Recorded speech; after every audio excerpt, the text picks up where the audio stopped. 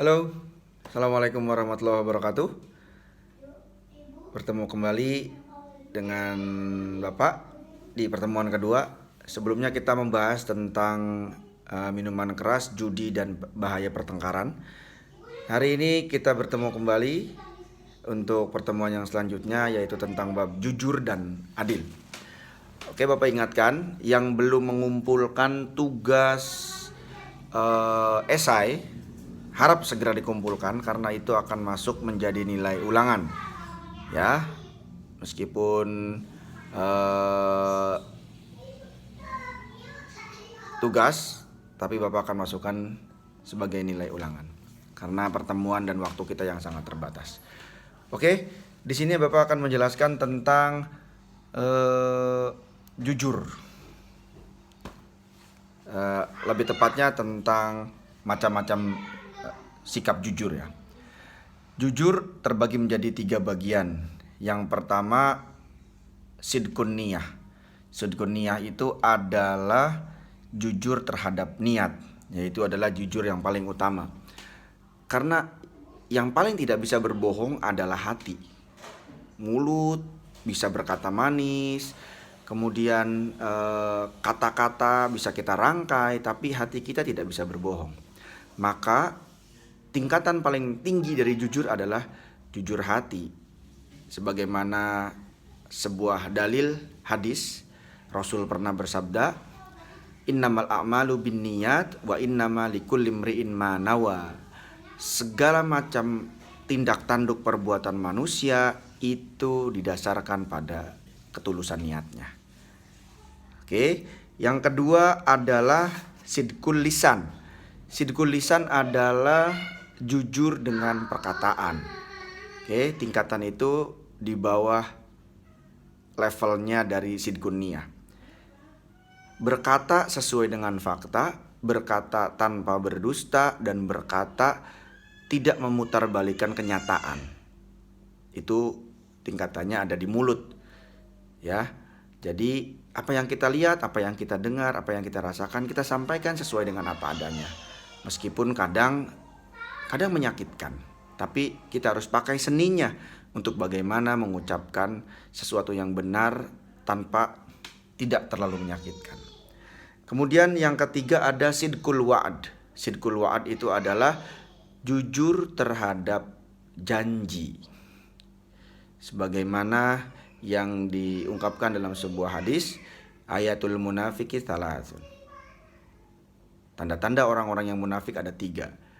Idza hadasa kadzaba, apabila ia berkata dia selalu berbohong. Wa idza wa'ada akhlafa, ketika dia diberi berjanji dia mengingkari. Wa idza tumina khana, ketika ia diberikan kepercayaan dia berkhianat. Seperti itu anak-anakku untuk macam-macam sikap jujur. Yang kedua Bapak akan menerangkan tentang macam-macam adil.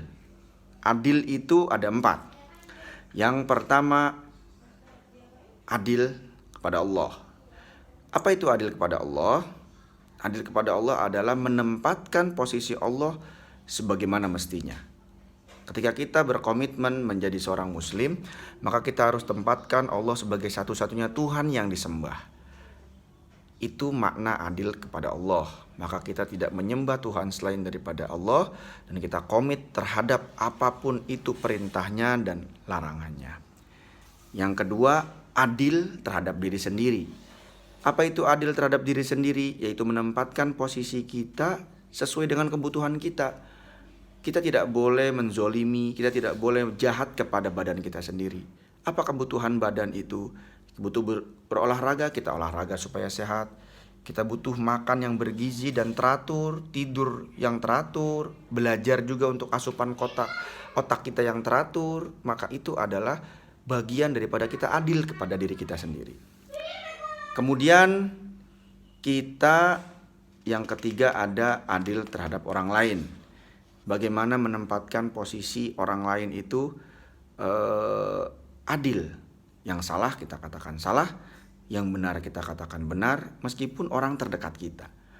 Dalam sebuah kisah, Rasul pernah mengatakan bahwa apabila anakku sendiri, waktu itu Aisyah anaknya, mencuri, kata Rasul, maka aku akan memotong tangannya, aku akan menghukum perbuatan dari anakku itu sendiri. Itu adalah contoh yang pernah diungkapkan oleh Rasul. Yang keempat, yaitu adil terhadap makhluk lain selain manusia. Misalnya adil terhadap alam, dunia, bumi dan seisinya. Bagaimana kita tidak membuang sampah sembarangan. Kita juga menjaga daripada pemakaian plastik yang berlebihan.